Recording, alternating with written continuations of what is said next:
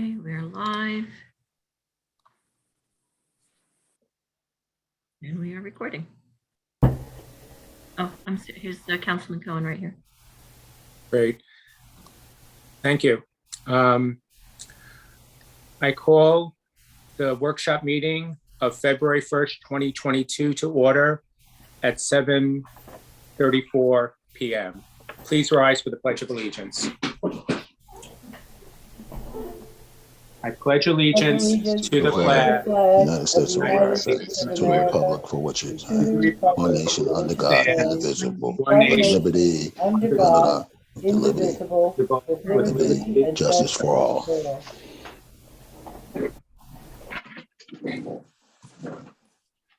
Please read the Open Public Meetings Act. This meeting is called pursuant to the provisions of the Open Public Meetings Law. Notice of this meeting was included in a notice sent to the Record and the Star Ledger and advertised in said newspapers on January 10th, 2020, posted on the bulletin board in the municipal building, and has remained continuously posted as the required notices under the statute. A copy of this notice is and has been available to the public and is on file in the office of the municipal clerk. Please take notice that in accordance with the Open Public Meetings Act, NJSA 10:4-6 et seq, and Local Finance Notice 2020-21 establishing standard protocols, the City Council of the City of Englewood adopted resolution number, I'm sorry, I have the wrong one on here. It was resolution number 001-03-22 authorizing the City of Englewood schedule of council meetings for 2022 to be held remotely via Zoom. Members of the public who wish to participate in this meeting may do so by calling or clicking on the link below at 7:30 p.m. Please see link below, or by dialing 929-205-6099. The meeting ID for this meeting is 869-1108-3093, and the passcode is 742650. Individuals calling into this number will be able to fully participate in the meeting, including providing public comment. Public comments may be submitted by 3 p.m. on the date of the meeting, either through a written letter or email to meeting@cityofenglewood.org. All meeting comments shall be read during the public forum portion of the meeting and shall be subject to the same time limitations for public speaking. Duplicative comments shall be noted for the record and summarized. The agenda for the meeting can be found on the city's website at www.cityofenglewood.org. A separate meeting will be used if closed session is required. Proper notice having been given, the municipal clerk is directed to include the statement in the minutes of this meeting. Roll call, please. Councilman Cott? Here. Councilman Cohen? Here. Councilman Hamer? Here. Councilwoman Marin? Here. Council President Rosenzweig? Here. Also present is Mayor Michael Wild, City Manager Sonia Alves Viveros, City Attorney Bill Bailey, CFO Michael Kaufman, and City Engineer Franz Folsey. All right, thank you. So we'll table the closed session since we don't have professionals addressing the council tonight. So we'll go straight to the resolutions for vote. Resolutions 37 through 59. And at this point, I noticed an oversight. I'd like to add on, I'll need the permission of the council, resolution number 60, recognizing February as Black History Month. I know that should, in my past time on the council, we've done that. So do I need Bill, do I need a motion for that to be added, or would that just? It could just be a motion to add by unanimous consent, and just aye. You don't even need a roll call. Okay, so I'd like a motion to add that by unanimous consent. All in favor? Aye. We still need a motion. So moved. Oh, excuse me. Yeah. So moved. What'd you say, Okay, Councilman I'm getting Hamer? ahead of myself. So anyone So second it? moved. Second. Okay, so all in favor? Aye. Aye. So that's Any added opposed? to the consent agenda. Yes. Right. I guess it's number 60. Okay, so at this point, we'd like to open the meeting to the public for comments on resolutions 37 through 60. If any member of the public would like to address the council about these resolutions, please raise your hand virtually and you'll be recognized by the city clerk. Okay, 2 minutes to speak. Set my clock. And we do have someone with their hand raised. Okay, Diane Jansen. Hi, Diane Jansen, 589 Ridgeland Terrace.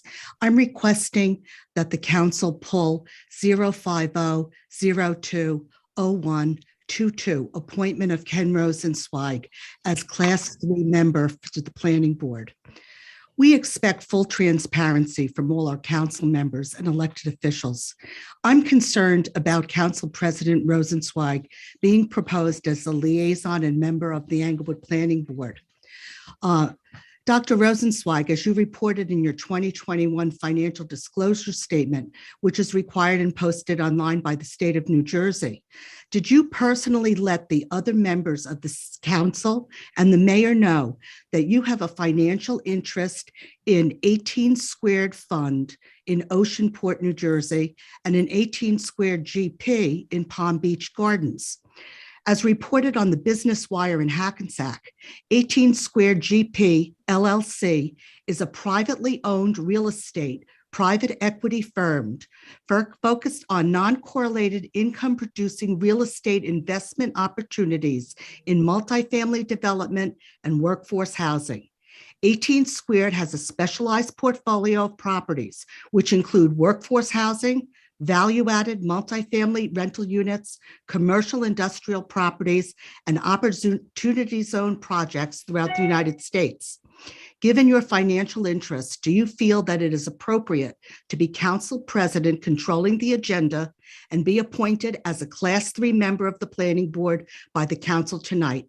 If nothing else, the optics look bad. Thank you. Thank you. Is any other member of the public Yes, wish to address the there council? there is Peter Jansen.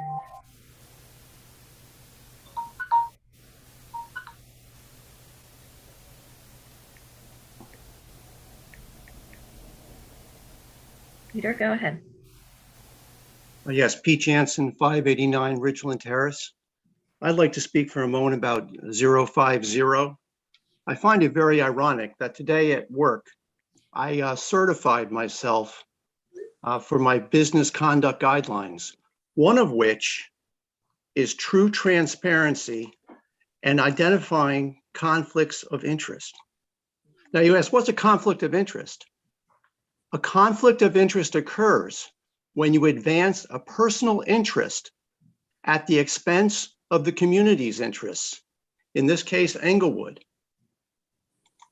And you also have to look at what's the level of financial investment that you have, Ken, in these corporations. How much do you have there? I'll let you answer when I'm done. Secondly, you have to look at the factors where you make decisions. You have many factors. You're not just a council person. You're not just a planning board member. You're not just the council president. You are all three. So that's a concentration of power combined with a financial interest in companies that have real estate investment opportunities. In the planning board, they can approve projects. So what is your level of financial interest in these LLCs? Thank you. Is there anyone else from the public wishing to address the council? One more. Reverend Harper. Sorry, reset the clock.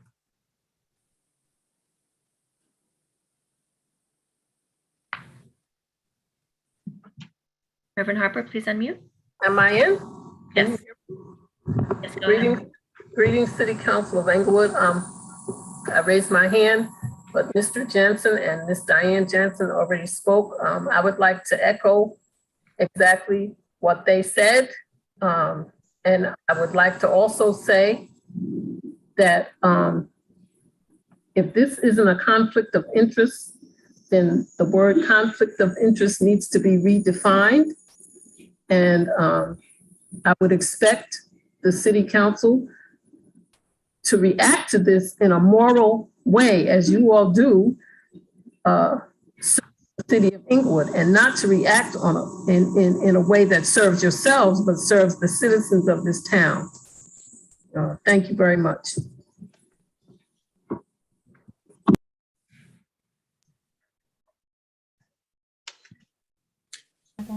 Nobody else has their hand raised. All right, so I'll now close the public comment on these resolutions. And I appreciate the public, investigating and holding our council members accountable. So I do invest in a real estate company. They have absolutely no projects in the city of Englewood, nor do I think they have any projects actually in the state of New Jersey, but I could check on that. If they are ever to have a project in the state of Englewood, in the city of Englewood, I would certainly recuse myself, and I have recused myself from planning board matters in the past, and I've consulted with attorneys, and I have never been a voting participant in any matter in my entire public career, my previous stint on the council, my previous stint on the planning board, and when I was chair of the planning board, on any matter that I had a financial or personal relationship with. Like, for example, my synagogue was at the planning board. Obviously, that's not an investment, but I recused myself from that.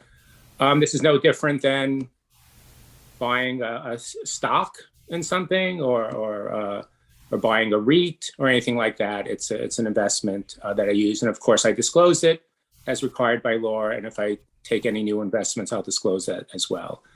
So I really appreciate people asking me about this because I wouldn't want there to be any concern or confusion about it. But there are certainly no projects that this investment vehicle is doing in the city of Englewood. And if there ever were to be any, I would recuse myself from them and fully disclose the reasons why. But thank you very much for bringing that up.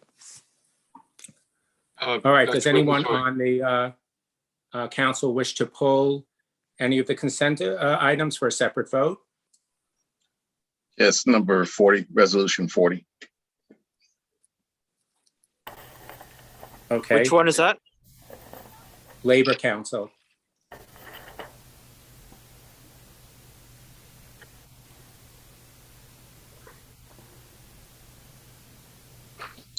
All right. So ask for a motion. Wait a minute. We're going to pull 52 because I think we need to talk about that and we can individually vote on that as well. The public has a concern, and I think that we need to give them some comfort or whatever for their concern.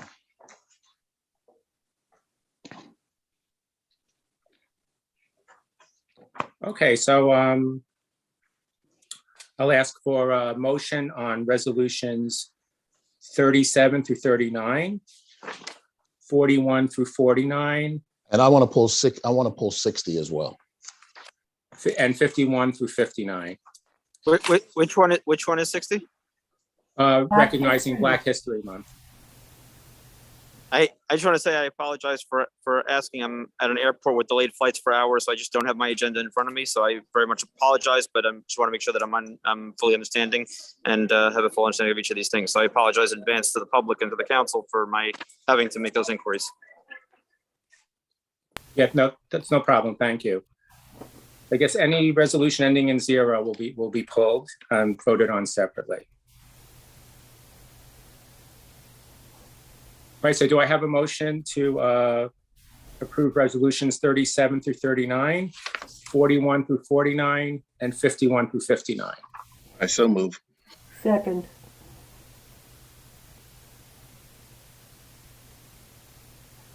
Roll call, please. Councilman Cobb? Yes. Councilman Cohen? Councilman Cohen, we're voting on the consent agenda. Yeah, are we voting on which one? On those resolutions? The consent- ones that weren't pulled. Yes. All right, Councilman Hamer? Yes. Councilwoman Marin? Yes. Council President Rosenzweig. Yes. All right, so now resolution number 40, appointment of the Labor Council was pulled. Is there any discussion on that? Won't we have to do that in closed session? Oh, that's true. Well, we did discuss in closed session. So let's just, do I have a motion? It was just asked to be pulled. So do I have a motion to approve that? When? Don't, I think people, I mean, it's been discussed in closed session, so I think people's I will think. be reflected in their vote. So we're voting to postpone until closed session, those two resolutions? Is that what you're asking for a motion? No, for? I'm saying it's been discussed in closed session, so I think the time to vote on it is now. I think we should, I would like to hear, the other reason, I think we should put it into closed session so we can hear the rationale for pulling it. Again. I think it's Okay. important enough. So, So that Bill, that do we- doesn't require a vote, correct? You so we'll just can, say- you can table it for now until after the closed session discussion if you like and vote it at the end of the meeting or. But I'm saying, but putting it to closed session and saying we're going to vote after close does not require us to vote at this point, correct? Correct. Correct. Okay.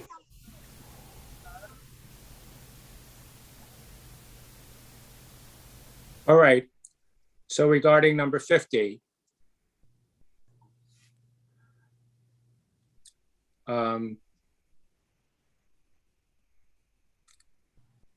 I think, Ken, there was some concerns there, and I hear what you're saying. My problem with this, finding this out now is why wasn't this told to us when we were all in closed session last time and everybody wanted to pick whatever they wanted to pick? So we don't come out here looking like this, like a gotcha moment or whatever you want to call it. And so that's a problem for me. I mean, listen, people want to serve, they could do whatever they want. Transparency is important. And I guarantee if that would have been me, everybody would have been jumping up and down. So understand the optics of it. Understand the optics of Well, it. I strongly disagree. And that's Well, you could do actually- whatever you want, it's but I'm act- just it's saying the actually- optics. Actually, But I'm talking right now. Let me finish, and then you can have the floor. You can do whatever you want. I'm just telling you what the optics look like, and you can disagree with the optics, and that's fine. That's your choice. I'm just telling you what it looks like. And because you don't know tomorrow, that company could come in and say, this is what we want to do. You can't stop them from doing what you want to do, not unless you have a controlling interest of that magnitude to do that. So granted, there is a lot going on with that. Maybe you're comfortable with it and maybe you don't feel it's not a problem. Maybe you don't feel anything and, whatever. So, I mean, I'm just telling you how it looks. That's all. But I'd like to address that before. It's absolutely ludicrous. There are no projects that overlap. This has been on my disclosures for 4 years now. There's been complete transparency about it. If you own any stock, you probably own real estate. You might not be aware of it. And if you own even one share of one stock, then there is a possibility that that company is going to do business in Englewood. And so no one can own any shares of stock. It's just a false issue. I've completely disclosed everything according to law. But right, you disclosed it, but you didn't disclose it to this body where it could potentially be a conflict No, with I the public. did disclose it to with this a body by public. filing the Can I paperwork. speak, please? It's disclosed to this body. Listen, you could say whatever you want. You're on the planning board. That's very sensitive there. And I'm saying for us to learn about that tonight. It's been Listen, out there for you can 4 push- look, years. It's How ludicrous. do I know it's been out there for 4 years? How do we know it's been out there for 4 years? I didn't know. been You public could have record for disclosed 4 it. years. You could have disclosed it last Public year. record for 4 years. Whatever. Can I speak? Can I Okay. speak, please? Yeah. What? Yes, Say what? Yes, Mr. Cohen. Hey, So Ken, I'll- listen. Don't. Please, don't Mr. Cobb, it's Mr. Cohen's turn. I wasn't finished. You Mr. did Cobb, finish. I was not finished. All right, Mr. Cobb, Listen, please let's- finish. let's Let me take- know when you It's finish. Mr. I'll speak Cohen's after you turn. conclude. Say what? I'll Please, speak after Mr. you Cobb, conclude. it's Mr. Cohen's turn. Oh, okay, we'll take care of this. We'll take care of this, Ken. So I will just comment on this. Whether or not, I'm not going to speak on whether or not I agree or disagree at this point as to whether or not I think it is or is not a conflict of interest. What I will say is that I do believe the issue of transparency is a non-issue, because if the council does their homework, they have an opportunity to look at all of the financial disclosures, which are all public record, which everybody seems to Oprah every single other thing in this town. So the reality is, I don't think there's regardless of whether, there can be a debate, which I think is going to happen in closed session, over whether or not there's an appropriateness of conflict of interest. But that's one issue. But when I hear transparency, and when this council likes to make the public think that by saying the word transparency 40 times, there's something that's not transparent, when we are all obligated to fill out multiple financial disclosures on an annual basis, which they all have access to, if the council decides that they do not want to do their homework in looking at that, that's not an issue of transparency or lack of transparency. That's a question of, do you do your homework or not? It's kind of like when we do bills and claims and we act like, oh my God, it's a surprise when it was given to us on Thursday or Friday, and we just don't ask questions to anybody until we see it in a public session. Transparency exists. I have never seen a state which has more transparency in public documents and public records than New Jersey. Whether or not we agree with what we see there, well, that's subject for debate, and that we should debate, because that's what we should have here. But the whole reason why we're having this conversation right now is because two residents learned about it from public disclosures that are by definition public and by definition transparent. So if they were able to do the homework, all the more so the council had the opportunity to do the homework. If they choose not to, well, that's on the council. Whether or not I agree or disagree, well, that's an issue for public session. But I just don't like this false narrative of it's not transparent. How much more transparent can you get than if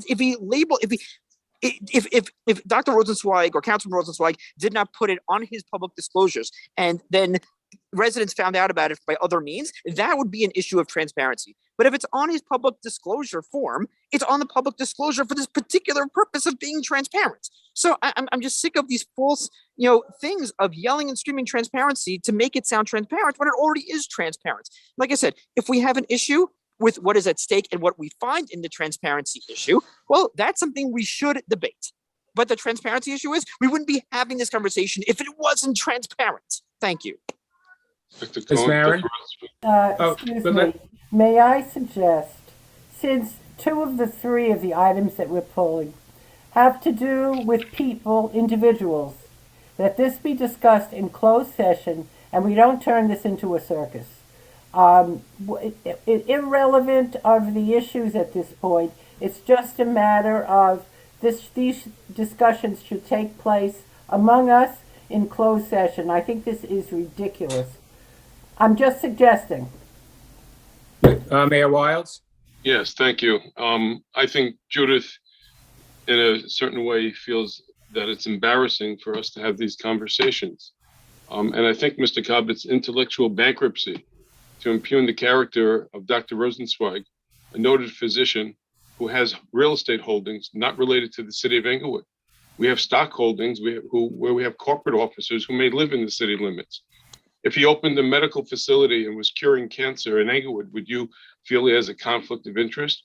If I opened a law practice and invested in the building, I'd like to be heard, Mr. Cobb. Thank you. You want me to answer? I'd like to be heard, Mr. Cobb. It's the mayor's I'd turn. like to be heard, Mr. Cobb. You're a Mr. Cobb, bankrupt please. talking about that. Thank you, Mr. Don't Cobb. don't even talk about the truth somebody's is that character. there are mechanisms in the I'm law. not making anything. I Please, asked the Mr. Cobb, question. it's the Mr. mayor's Cobb. Simple turn as to that. speak.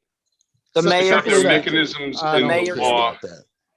There are mechanisms in the law, in the procedure, for us to list so that the public could be assured that we don't have our hand in a cookie jar. If my law firm decided to invest and buy a building in this city, I cannot vote on anything in the planning board or appoint people or do anything that would deride that conflict.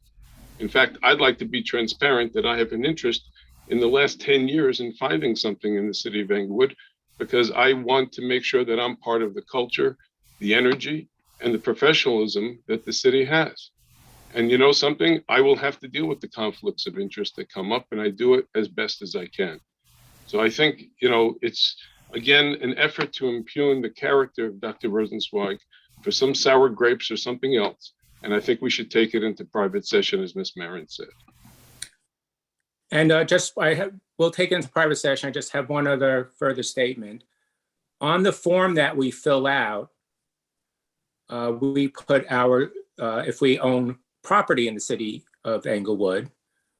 So I own a house in the city of Englewood. I don't, to be honest, I haven't checked the records of any of the other council members.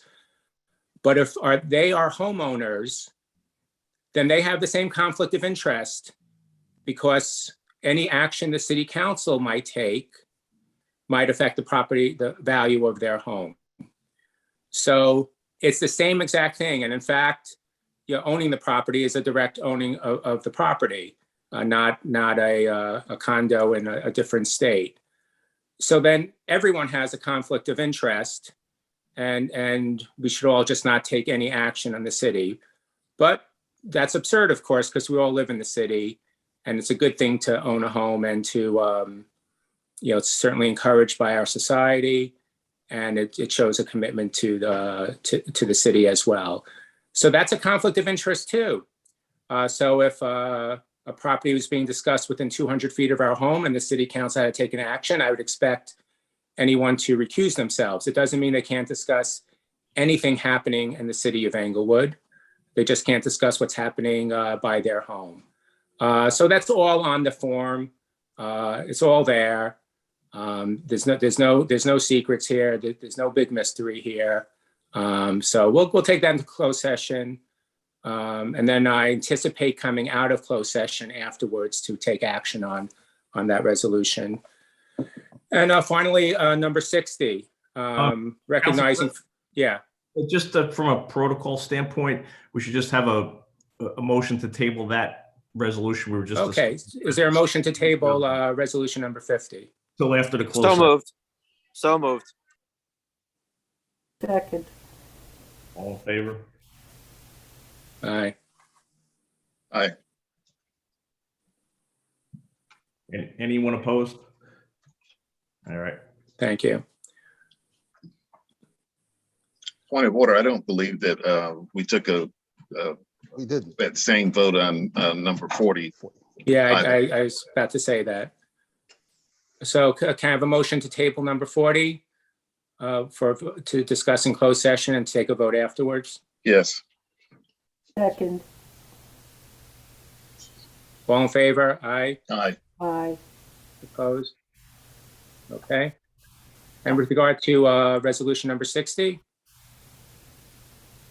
there was a concern. In recognition of Black History Month, here's how we start. But we could take a vote on it. Just wanted to recognize it, pull it out by itself. Okay, because it was not on the agenda originally. I so move.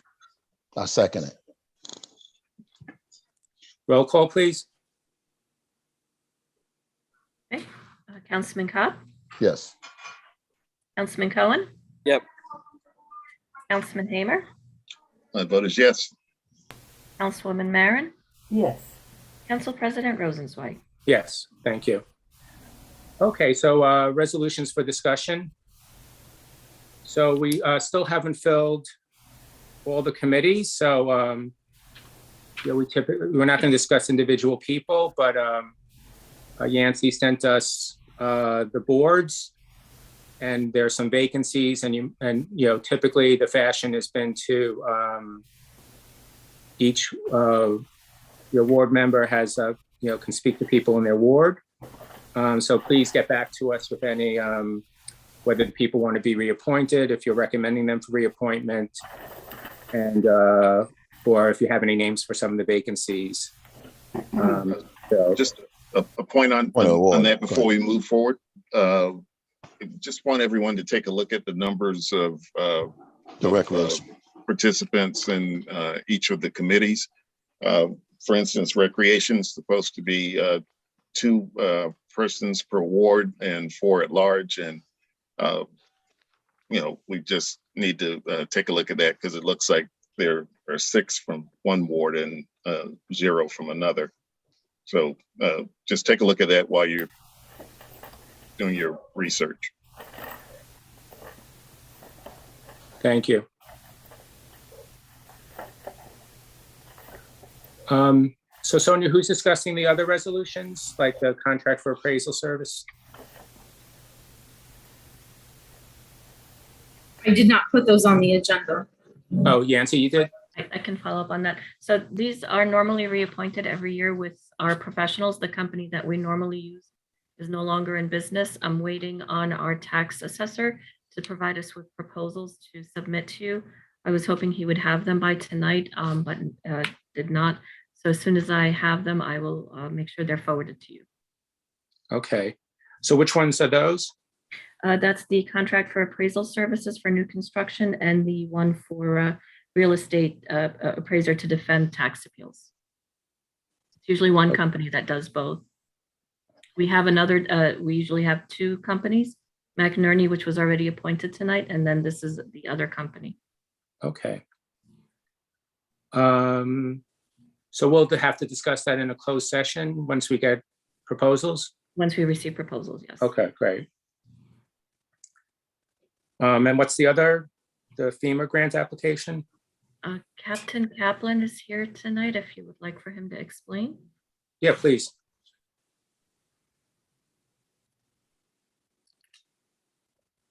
Captain Kaplan, can you please explain the FEMA grant, please? Hi, good evening, everyone. This is a FEMA Assistance to Firefighters grant. This is actually a regional grant that we would be teaming up with Hackensack. It's for a mobile firefighting trailer. It's a training trailer. So what it would be is a trailer mounted piece of equipment that would be able to be towed to Englewood, Teaneck, and Hackensack, and it would allow the firefighters to have a mobile training prop. And we will be able to use it for a variety of different training scenarios, such as ventilating roofs, putting up ladders. We do our bailout training every year in Hackensack. We will be able to do it in Englewood now. Other various training exercises. And again, we'd be able to do it in Englewood exclusively. And when we were complete with the trailer, it could be towed to Teaneck or Hackensack. So the grant would be shared amongst the three towns. And it's the FEMA grant is normally we would apply on our own, but there's a special pot of money for regional applications. So we're going to go after it with the three towns all together. And that's about it. Are there any questions for, I'm sorry, what's your title? Captain? Yes. Okay, for Captain Kaplan? Yes, I have one.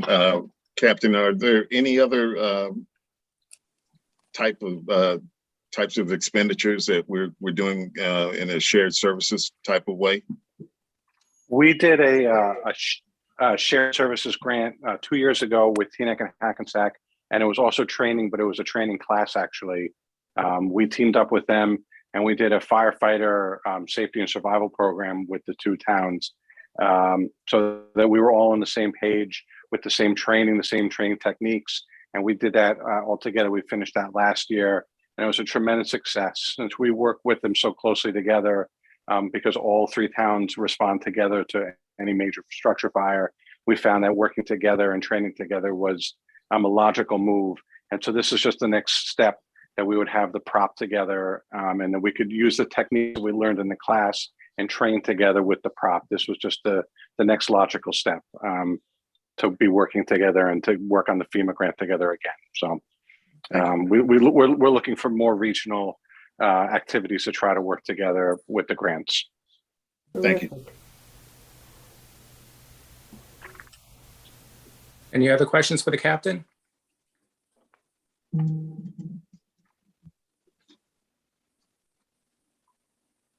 Okay, thanks very much. All right, thank you. Thank you, Captain. Good night. Good night. Yancy, and the other resolutions? So that'll be on at the next meeting? Yes. Okay. The other grant, is that for Franz? Yes, I believe this is for Artist Park. Franz, are you there? Mr. Volsi, are you able to tell us about the Artist Park development project? Yeah, this is Artist Park, and many of you may not know where Artist Park is. It's sort of like the forgotten park in Inglewood. It's south of. They all know where it is. Yeah. It's south of. It's on Dean Street, south of East Linden. It's a small pocket park that's been sort of neglected over the years. It's a pretty bad condition. We have the surrounding community there that would love to be able to use that park, but the conditions are so poor that we are basically looking to get a grant to sort of renovate that park and bring some life back into it. That's essentially what it is. It's not a big park, but it'll play a huge role in serving that community that's surrounded. If you're driving down South Dean Street and you see the name to the left, Artist Corporation, and make a left into their driveway, it goes straight back, you'll run right into the park. Yes, you will.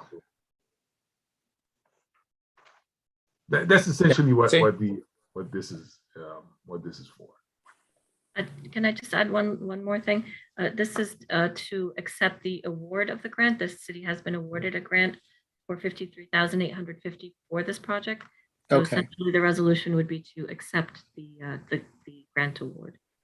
Great.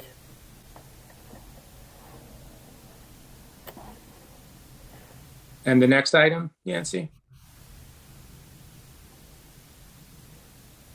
This is the annual apprenticeship program that the city has now been doing jointly with the Chamber of Commerce. Love their request. Okay. Any questions on that? Just to comment, the grant is for $52,000, and the hospital adds money to it as well, but it's an opportunity for students to get exposure, apprentice exposure around the city in a multitude of different opportunities. And, it's a fantastic program, and, it absolutely should be supported. The other thing is that Bergen Family Center is a big part of that as well, Mr. Hammer. They Correct. play a role in that. Yes, they do. For us who know.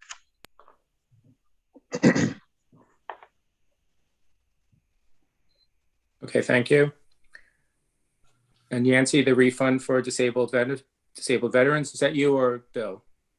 I can, the refund for disabled veterans, as you may recall, we get these occasionally. There's a process where a veteran can apply for disability to the Department of Veterans Affairs.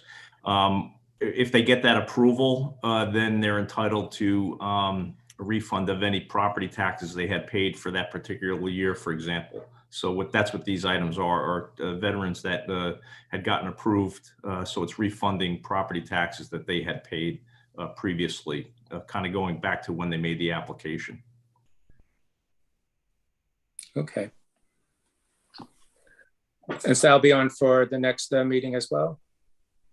Yes, the first one, yes. The second one requires some discussion.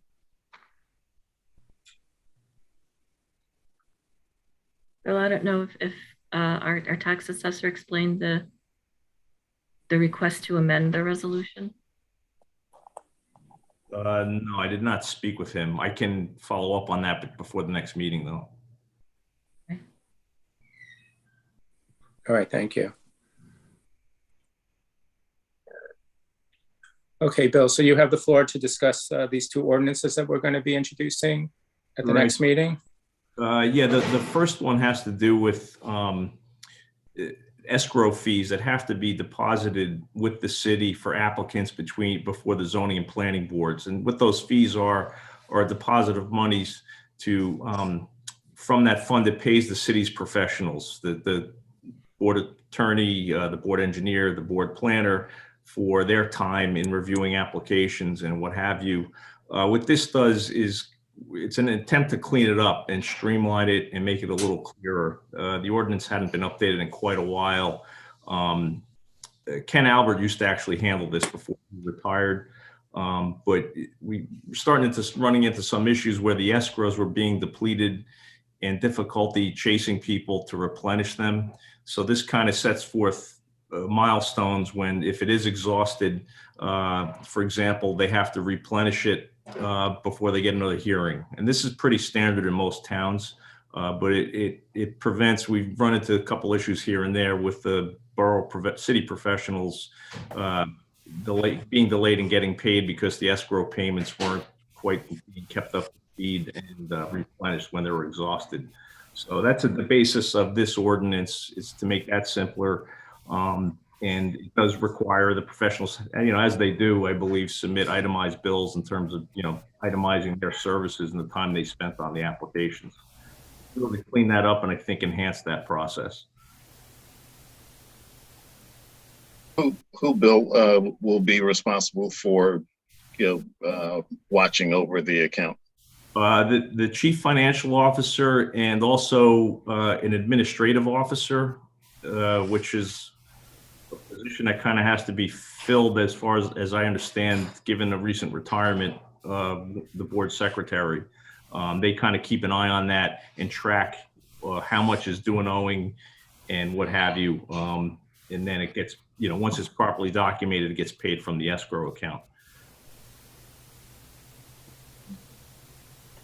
Ms. Marin, did you have a question? No. Okay. So So we'll have this as an ordinance to be introduced at the next meeting? Yeah, if that's okay with everyone, we'll finalize it and have it on for introduction next meeting. Okay, great. And what's the other ordinance? The next ordinance was actually an ordinance we dealt with about 2 years ago, because what it is a mandatory set-aside ordinance, meaning that if someone comes in and builds a building that has 5 or more residential units, they will be mandated to provide some set aside for affordable housing. If their units are for sale as affordable units, they would have to set aside 20% of the units as affordable. If they were for rent, they would have to set aside 15% as affordable. Our core counsel, we'd worked with him in conjunction with this in preparing this ordinance, and it pretty much models the state requirements. It had been tabled because of pending litigation. However, we're further down the road with that litigation, so it might be timely if you choose to introduce that ordinance. So just to explain, why was it tabled for pending litigation? I can get into more detail in closed session because the litigation is still pending. Okay. But it was okay. Yeah. Excuse me, is there any reason why we would go ahead with this before the litigation is settled? I can elaborate on that in closed session as well. It's just we're in mediation now. The short answer in the litigation, and further down the road, put it that way, than when the litigation was filed 2 years ago. So. Okay. So the 20% and 15%, that's pretty standard in the state, you said? Yeah. Is that something we'd have to comply with eventually, or how would that work? You could potentially, because if there's no more affordable housing built in the city, for example, and they call them rounds. Right now, we're in the 3rd round of affordable housing. So there'll be a 4th round in like 2025. And it's going to be, okay, what affordable housing have you done in the meantime? And you get credit for that for any new development, because they do look at new development. And if anything's been set aside, the city's had a pretty good inventory over the years of affordable housing. But this would kind of keep track of it and make it an ongoing obligation for new developments. Yeah, Mayor, you're muted. Yeah, I'm sorry. So, Bill, in the absence of this, I've been pushing developers to do affordable housing anyway. Is this percentage an undue burden, in your opinion, or the normal burden that's shouldered throughout the state? Just, I'm given some comfort knowing that this is a model ordinance throughout the state, but will people be concerned about developing in our city with this percentage, in your opinion? These are pretty much the standard percentages across the state. Yes. Thank you. So pretty much anyone who's doing business expects to see this type of requirement when they get to a town? If they're built, many towns do have it, yes. If they're building residential housing. If you build commercial development, for example, there's a different mechanism. We have the COA trust fund, which all towns have, which since they're not building residential, there's a formula, I don't know it offhand, with they have to pay a certain amount into the Affordable Housing Trust Fund, and that's also statewide. Now, is this something someone could get a variance on in front of a board, or is this that wouldn't seem to be possible? Yeah, because it's not necessarily, in a sense a land use regulation, but it kind of isn't. It's more legislative policy. It's not the typical variance where, I want to encroach on my side yard, or I want to have a height variance or setbacks or floor area ratio. Yeah, this is pretty. Okay. Any further comments on this? Long overdue.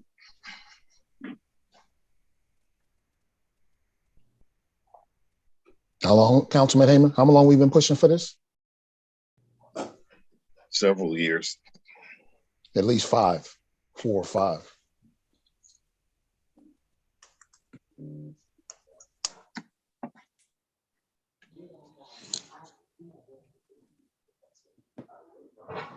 Okay.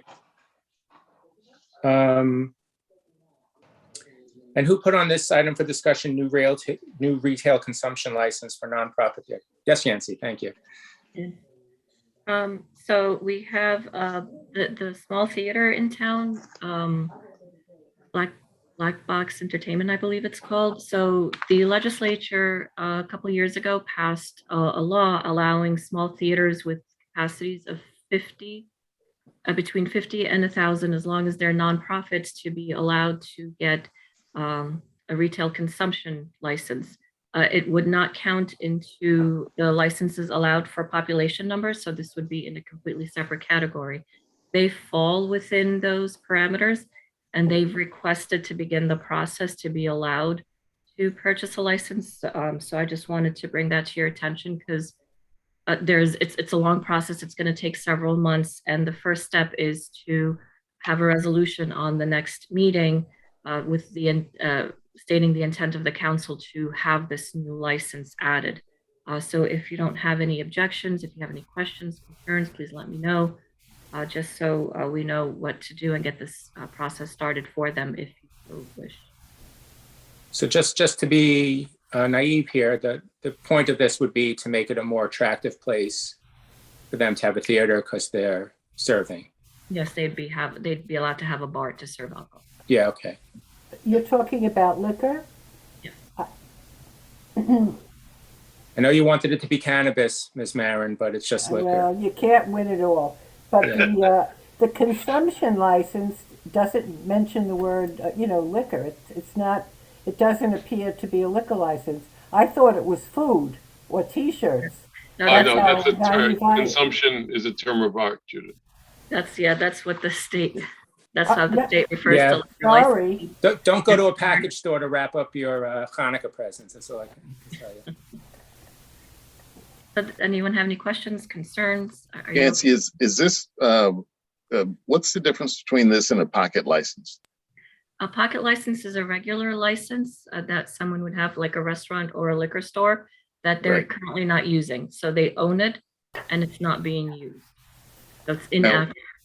Are these licenses the ones that were recently approved by the legislature a couple of years ago? This is one of the types. Yeah. Well, yeah. Okay, thank you. And it's only for nonprofits, theaters. Okay. All right, so I think we can go ahead with that resolution at the next meeting. Okay. Bill, if you could help me with drafting it, please. This is a new thing for me as well. Yeah, sure. Be learning together. Yep. Don't worry, it shouldn't be a black box. Okay. So, Mr. Kaufman, if you can come on. I know Mr. Hamer had, and I think the mayor had some questions about the municipal alliance funds. So if you can explain what that grant mechanism is for us, and if we have some questions about it. Well, just last night during the budget meeting, the health department Deborah explained what it was. It's just they use it for different programs. Wayne could probably even tell better what the programs are exactly for, but they do it for programs, I think, for kids, for the kids in school, stuff like that. Wayne, what exactly do you know what programs that they use Sure. it for? Just to do a little deeper dive on it, just since Michael brought it up at the last meeting, the Municipal Alliance is an organization that's put in place, and each municipality has the right to have it and utilize it. The funding comes from DETR funds, and those are drug enforcement demand reduction funds. And that's it's federal legislation. And actually, Judge Rasul alluded to it last night. The funds come from primarily imposed for drug-related offenses. And primarily, they are DUIs. So with the onset of COVID and the pandemic, there are a lot less people driving around, and certainly a lot less people driving around impaired. So those funds have been cut back significantly. And what happens in New Jersey is the money that's collected in court fines from DUIs and other drug-related offenses will be turned over to 3 different organizations. One of them is called the Governor's Council on Alcoholism and Drug Abuse, which is a short name for it is GCADA. Those funds are then directed to evidence-based solutions and strategies at the municipal level, and they come in the form of a grant. Inglewood then has to provide a match of about 25%. And the local programs that have been recipients of those funds here in town, Bruce Harper has a program called Heroes and Cool Kids. That's primarily for high school level kids. Dr. Sharon Bernstein has a Defining Moments Foundation, and they work with younger kids. There's an arts group that was operating, and they're no longer participating in the Municipal Alliance, but Arts Horizon, was around and, did great programming. Sam Lee has a program, Natasha Pinnell has a program. The Inglewood Junior Police got funding. Each of the organizations can only get up to $2,400, and it really is not major money, but it helps toward providing those participants with meaningful experiences, and hopefully it's a way to reduce demand for controlled substances. And the general expenditure is about $17,000. The county sends over or provides a grant, we match it, and those funds are divvied up between those qualifying organizations. So the impact is pretty wide and deep, and it probably would not be a great idea to use the funds that come into the Municipal Alliance. And as I started out saying, those numbers have been reduced because of COVID and the pandemic. But what I also mentioned a couple of weeks ago when we talked about this is that there are other opportunities for us to look for funding to help with IDA assistance. And 2 easy ones to think of. We got $500,000 from the hospital, which we should start to see on a yearly basis. Carving out a piece of that, or a small piece of that, $35,000, $40,000, $50,000, whatever it takes to do a real in-depth and thorough assessment of whatever all residents' needs are across the city. Come up with the program to do that and pay for it using those dollars. And if we don't want to use those, we still have those CARES dollars that need to be allocated. So that I think it's 2.9 million over 2 years, and $50,000 out of $1.5 million is not a big lift by anybody's imagination, and it's money well spent. And whether we do anything with it or not, at least the information will be gathered, and then real decisions can be made about what needs to happen to help the residents of Inglewood. Anyway, that's it. So you wouldn't take long. All right, thank you. All right. So at this point, we're going to move to the public session. So any members of the public wishing to speak are asked to raise their hand. To be placed in queue, to be called upon to speak. Speakers are requested to give their name and address and have 2 minutes to speak with our typical decorum rules. So Yancy, is there any member of the public who wishes to speak?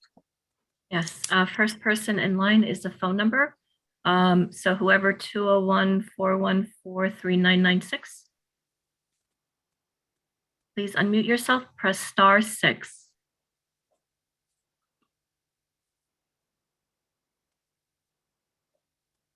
Hello, press *6 for the phone number 201-414-3996.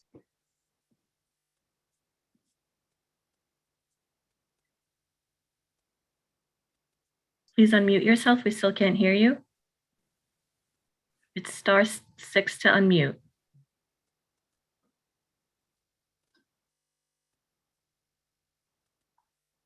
I don't think he's. Hello? Phone number 414-3996. You're on to speak with the council. Please unmute yourself. Press *6 on your phone.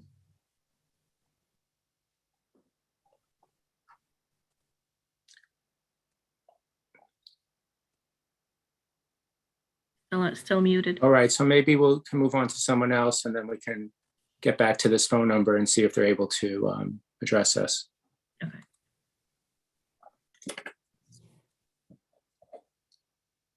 I'm going to keep their hand raised just in the meantime. Next is Diane Jensen. Diane, go ahead and mute. Hello, Diane Jansen, 589 Ridgeland Terrace. Mayor, this is not sour grapes between me and Dr. Rosenzweig. Dr. Rosenzweig, I wasn't referring to you, Diane. I'm not, okay, well, or between myself and Peter. I would like to say, Dr. Rosenzweig. Wasn't you at all, or your husband, or anybody. Okay. It was directed to Councilman. Mayor Wilds, please let the member. Sure, I didn't want her to be offended. Okay, can I start over, please? Yeah, I think that's fair. Thank you. Okay, I'll start the clock at all. Thank you. Go ahead, Diane. We started. All right. I would like to say there is a concern based on the facts. 18 Squared GP LLC is privately owned. It's a real estate private equity firm. It's very different than holding stocks and not knowing what's going on. And there are people that you may or may not know. And if you do know them, maybe they're investing here. How do we know? We don't know who these owners are. And this is not to say anything about you, Dr. Rosenzweig. Again, it's not sour grapes. This is about the potential.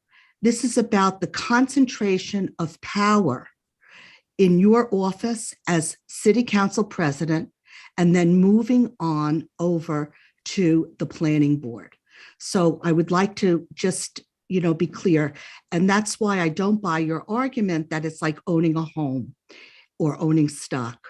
It's really not.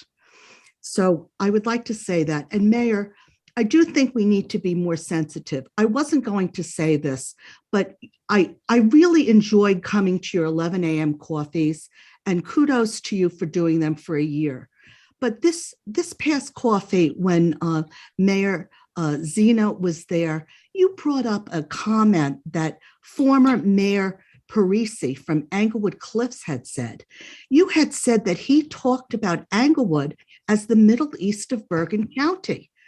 I don't understand why you would say that. You also said conflict is part of our city's charm. And you referred to historical societies as hysterical societies.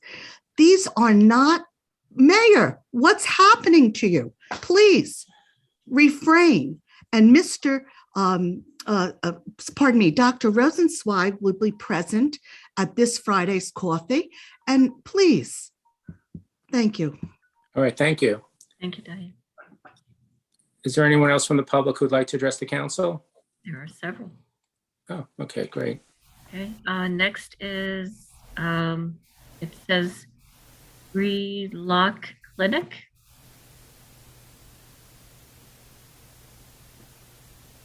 Please unmute yourself. Okay, can you hear me? Yes, thank you. Okay, hi, good evening. Thank you for allowing me to speak here. Bria Williams, 9 West Hudson Avenue, Englewood, New Jersey. Listen, it appears that Englewood does not have a noise ordinance that would dictate to commercial trash collection companies and services how they service and what time of day they can service our city. On January 19th at around 5 o'clock, I was awakened by the sound of a reverse warning beeps that you get on the garbage trucks over on Ivy Lane. I guess they were picking up from the dentist office. And I called the non-emergency police office. Fund. Please? I believe it would have been the Actors Fund. Okay. So I called the non-emergency police number and got a really nice, sounds like a rookie cop, and he spoke with his lieutenant, and the lieutenant said that there was not an ordinance that dealt with noise and in commercial areas, and so there was nothing that they could do were they to come and speak to the garbage gentleman, and so I just kind of left it at that and stayed up for the rest of the morning, of course. And then just 2 days later, on the morning of January 21st, or a day later, at 4:16, let me repeat that, 4:16 a.m., I was awakened by another commercial truck. And they were collecting garbage from the bagel shop, Chinese restaurant. And so that location for the trash is behind the building. And so what you're getting is on Curry Lane. So just imagine, and I do have video of it in the event there is a need to see that evidence for the timing and all. But just imagine if you're home and all of a sudden at 4:15 in the morning, you hear a beep, beep, beep. And then all of a sudden you hear the receptacle being hoisted up onto the truck. And so that's a,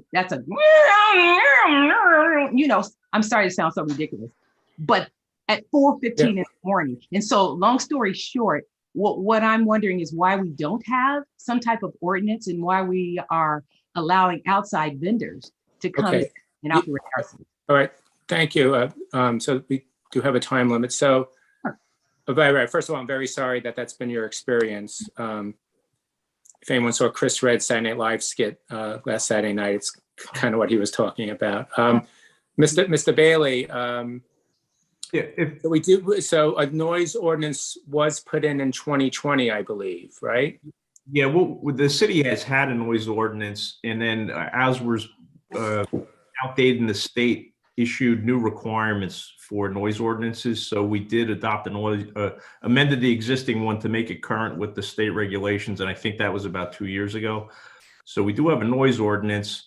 The thing we could check, though, is in terms of there are other ordinances. I don't know the specifics off the top of my head regarding hours of operations for business, which might be applicable to this situation, but we can take a look at that. Yeah, because 5 a.m., 4:16 a.m., that's ridiculous, obviously. So we need to, Ms. Alves Vivieros? If that in fact is related to the Actors Fund, we have had several issues with regard to pickup of garbage and maintenance alone. So I will bring that up to our building department to reevaluate that situation. Yeah, so Dr. Rosenzweig, I don't think that street is the same as the Actors Fund. but I still think that the comment is well taken. And if there isn't an ordinance on the book, something should definitely be put into place. You can't Yeah, turn on Curry's lawnmower. not near the Actors Fund, so yeah. Yeah, so, you know, and they're very, they make a lot of effort to get the license plate to residents and for the administrator at the Actors Home to then either fire the vendor or put them on notice. But it behooves us to have a starting time across the city for backup tones, ambulances, trucks, everything. Okay, so Ms. Alves Vivieres, will you be following up on that? Thank you. All right, Nancy, is there anyone else who would wish to address the public? Yes, and next is Leroy Campbell. Mr. Campbell, go ahead and unmute yourself. Good evening, everyone. Good evening. First of all, let me share this with you. Sister Bria Williams is a member of my church. I know her very well. She lives nowhere near the Actors Home. Okay, I apologize. She lives That was closer to Dean Street. That's number one. Before you people go after the Actors Fund Home for no reason. The other thing I have is council president. I don't understand how could the council president ask Mr. Bailey questions about affordable housing when he's part of a real estate investment company. That's number two. And number three is when we did the ordination for the deputy chief, the council was not allowed to speak, but the mayor was allowed to speak. My question is, was we in violation when the mayor was allowed to speak, but no one else from the council was allowed to speak? Mr. Bailey, can you answer that? Well, when you're done with your comments, we'll ask Mr. Bailey to comment on that. Thank you. All right, thank you. So, Mr. Campbell, have you concluded your comments? Yes, I have. Okay, thank you.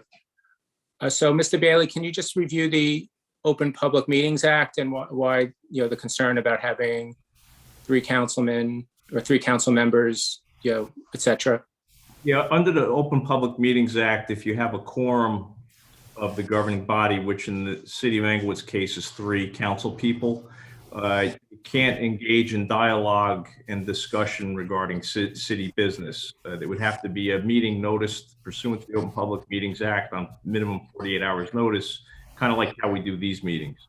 There are certain exceptions where people can be in attendance for example, seminars, ceremonial type things, but the council is not permitted to engage in discussion because it could then morph into a meeting that was not properly noticed. Again, ceremonial stuff. I don't know the particulars of this situation. I mean, I'm aware there was a ceremony, but I don't know the details in terms of who spoke or who didn't speak. I think he was referring to the question and answer period we had 2 weeks ago. But the mayor would not be subject to that, is what you're saying. I would have to look into that. But just even having a single person would, by definition, be less than 3.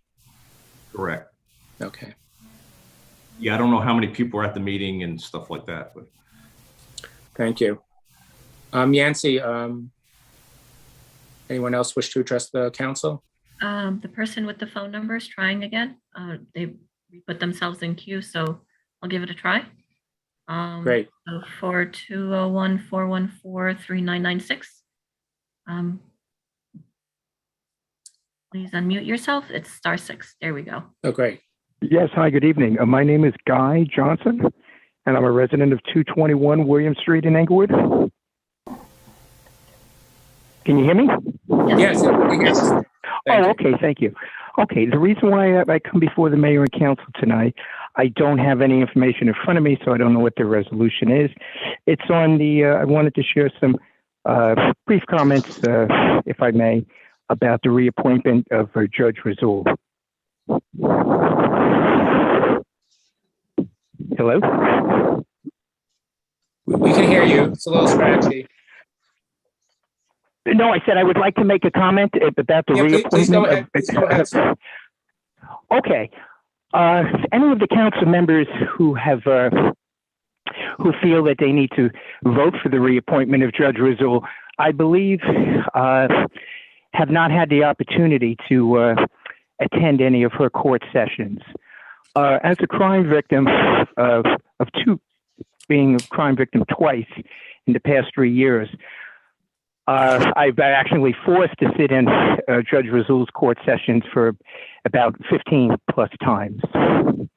And what I have seen before me was very disheartening. And the way my personal matters were handled were very questionable. But most of all, I brought before the judge a very, what I felt a very serious issue that I was a plaintiff in both of the matters, but the defendant is a multimillionaire who owns a great number of properties in Bergen County and a number of properties in the city of Englewood. And he was granted a public defender.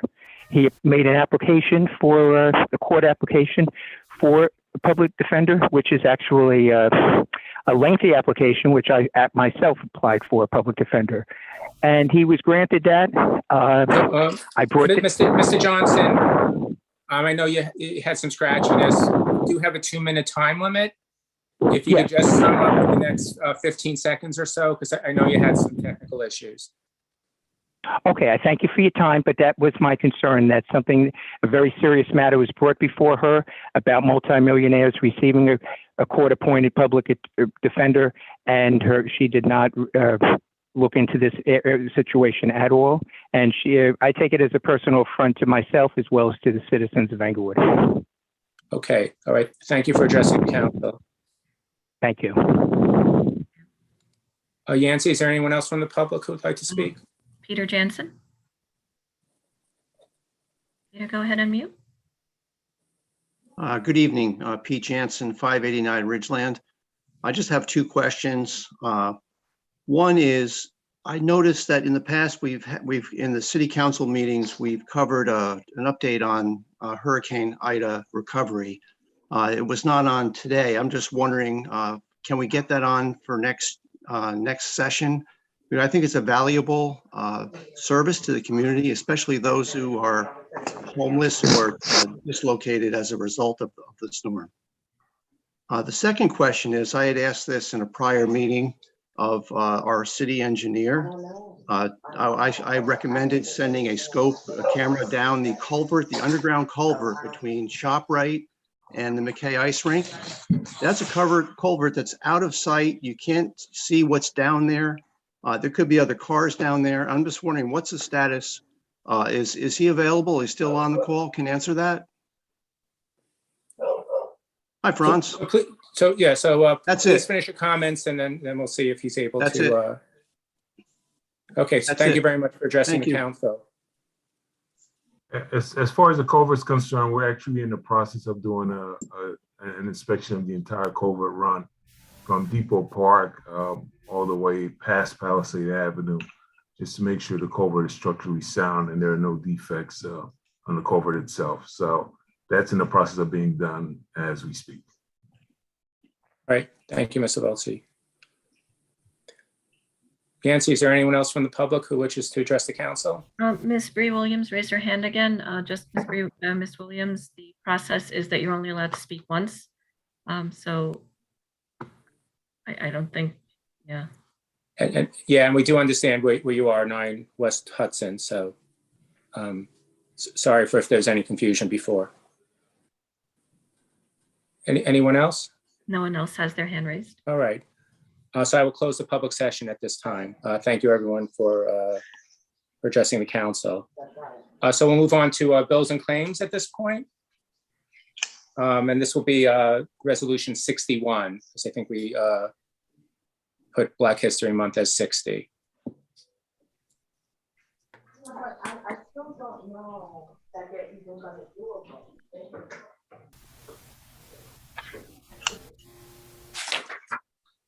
Okay, are there any questions regarding bills and claims? I do have one. This is on page.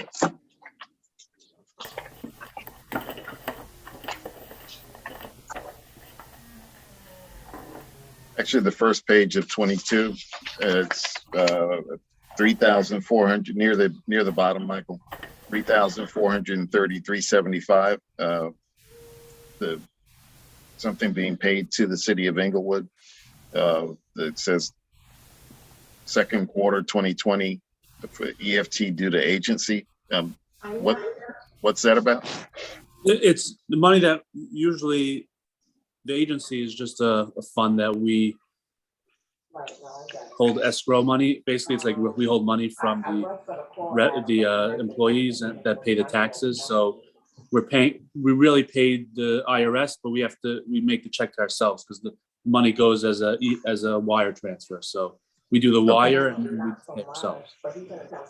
Okay, so electronic funds transfer? Yeah, basically. Yeah. Okay. Yeah. And these are for IRS, what? I'm sorry? It's for taxes or any deduction that we have to pay for the employees. Okay, thanks a lot. I have a question. Were any bills and claims paid in January? No.